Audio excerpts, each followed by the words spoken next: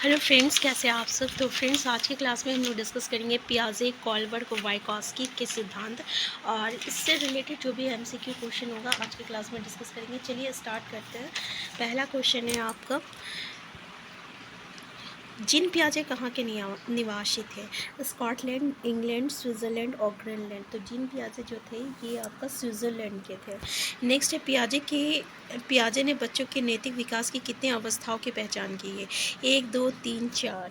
तो पियाजे ने नैतिक विकास की 4 अवस्थाओं की पहचान की है। ठीक है, 4 अवस्था, इनमें से हमेशा क्वेश्चन पूछा जाता है जैसे सी टेट टू टेट में। ठीक है, पहला, और ये हर चीज़ के लिए इम्पॉर्टेंट है। पियाजे का जो 4 व्यवस्था है, पहला जो है ये आपका इंद्रजनित कमक व्यवस्था है। ये जन्म से लेकर 2 वर्ष तक का आयु तक रहता है और इसको हम लोग इंद्रजनित गामक अवस्था कहते हैं। ठीक है, नेक्स्ट है पूर्व संक्रियात्मक अवस्था, जिसको जो रहता है 2 से लेकर 7 साल तक का जो एज होता है उसको हम लोग पूर्व संक्रियात्मक अवस्था कहते हैं।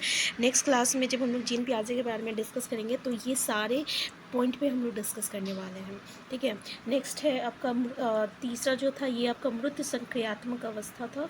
मृत संक्रियात्मक व्यवस्था जो रहती है ये 7 से लेकर 11 वर्ष तक का रहता है।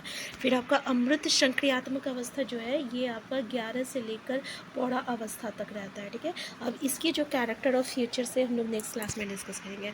नेक्स्ट है आपका, निम्न में से किसने, तो यहाँ पे आंसर क्या हो जाएगा? आंसर डी हो जाएगा। नेक्स्ट है, निम्न में से किसने नैतिक वृद्धि की अवस्थाओं की अवधारणा प्रस्तुत की है?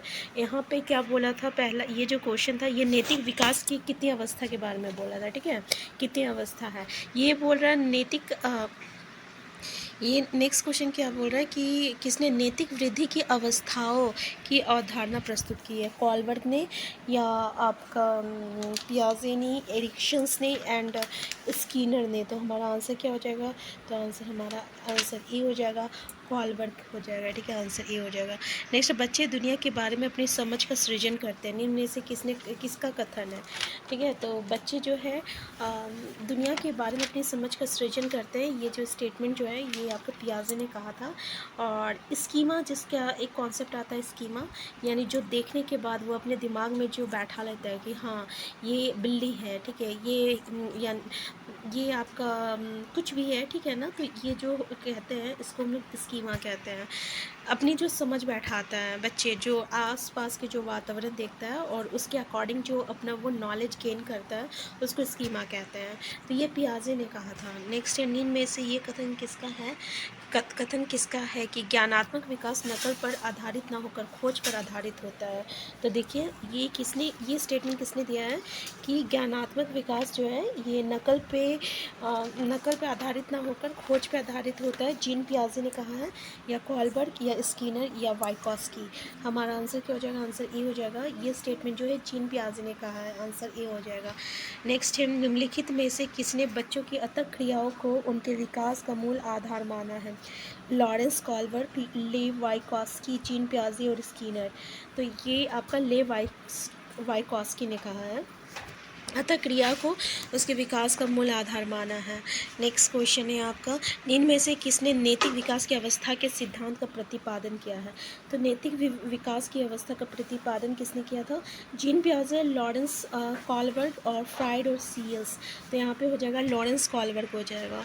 नेक्स्ट है, आप एक शिक्षक के रूप में नियुक्त होकर किसी विद्यालय में जाते हैं। आप विद्यार्थियों की क्षमताओं को समझने के लिए निम्नलिखित में से किस क्षेत्र का चुनाव करेंगे? पहला है सामाजिक दर्शन, मीडिया मनोविज्ञान और शिक्षा समाजशास्त्र, शिक्षा मनोविज्ञान। तो यहाँ पे हम लोग जो है इस क्षेत्र का चुनाव करेंगे क्योंकि हमें विद्यार्थियों की क्षमताओं को समझना है। ठीक है, तो हमें इसके लिए शिक्षा मनोविज्ञान का चुनाव करेंगे। ठीक है, आंसर डी हो जाएगा, शिक्षा मनोविज्ञान हो जाएगा। नेक्स्ट है, बालकों के नैतिक विकास के समझने के लिए जीन पियाजे ने निम्न में से कौन सी विधि को अपनाया था?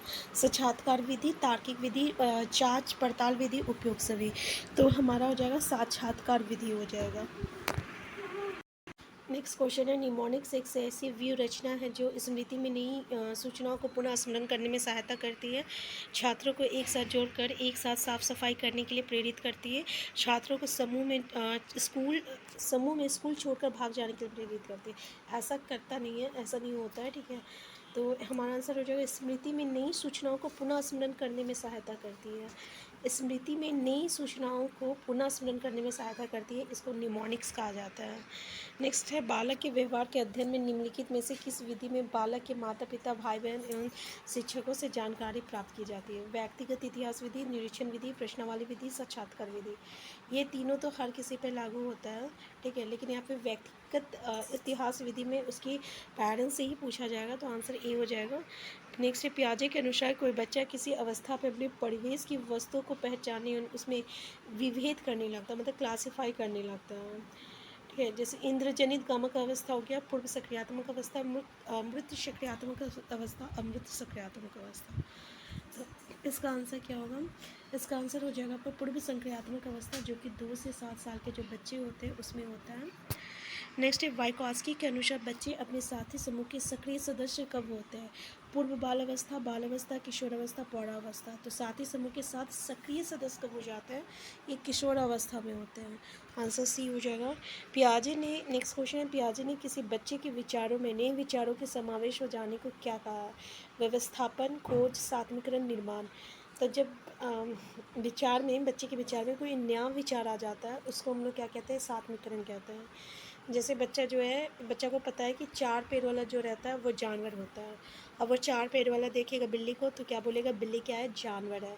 तो यहाँ पे बच्चे के विचारों में नए विचारों का समावेश हो गया, इसको हम लोग सात्मीकरण कहते हैं। नेक्स्ट है बच्चों के विकास से संबंधित निर्माण एवं खोज का सिद्धांत निम्न में से किसने दिया? स्किनर ने, रॉबर्ट ने, जीन पियाजे ने, वाइकॉस्की ने। तो निर्माण एवं खोज किसने दिया था? जीन पियाजे ने दिया था। आंसर सी हो जाएगा। नेक्स्ट क्वेश्चन है, जीन पियाजे के अनुसार कितने वर्ष की आयु तक के बच्चों में संज्ञानात्मक परिपक्वता का भाव पाया जाता है? 4 वर्ष, 6 वर्ष, 8 वर्ष, 12 वर्ष। तो आंसर क्या हो जाएगा? तो 6 वर्ष तक में हो जाएगा, आंसर बी हो जाएगा। नेक्स्ट है बच्चों में आधारहीन आत्मचेतना अवस्था का संबंध उसके विकास की किस अवस्था से संबंधित है? पूर्व बाल अवस्था, किशोर अवस्था, इनमें से कोई नहीं। तो आंसर हो जाएगा किशोर अवस्था हो जाएगा यहाँ पे। नेक्स्ट है वाइकॉस्की के अनुसार किसी बालक के विकास में सबसे महत्वपूर्ण योगदान इनमें से किसका होता है? वाइकॉस्की का कीवर्ड है सोसाइटी, समाज। ये समाज की बातें करता है। अब समाज जहाँ भी देखने को मिल जाए वही उसका आंसर हो जाएगा, आंसर सी। नेक्स्ट है पूर्व माध्यमिक बच्चों के लिए निम्न में से कौन सी क्रिया एक क्रियात्मक क्रिया का स्वरूप है? अपने साथ की आयु के बच्चों में घुल मिल जाना, मिट्टी के खिलौने के 2 भागों में तोड़कर उसे दोबारा जोड़ना, 10 तक के पहाड़ों को मुँह जवानी याद कर लेना, माध्यमिक कक्षा की किताबों का अध्ययन कर लेना। तो यहाँ पे देखिए मुँह जवानी याद कर लेना, ये नेगेटिव सेंटेंस से हटा देते हैं। माध्यमिक कक्षा की किताबों को अध्ययन कर लेना, ये भी नहीं है। तो क्या है? मिट्टी के खिलौनों को 2 भागों में तोड़कर उसे दोबारा जोड़ना, आंसर बी हो जाएगा।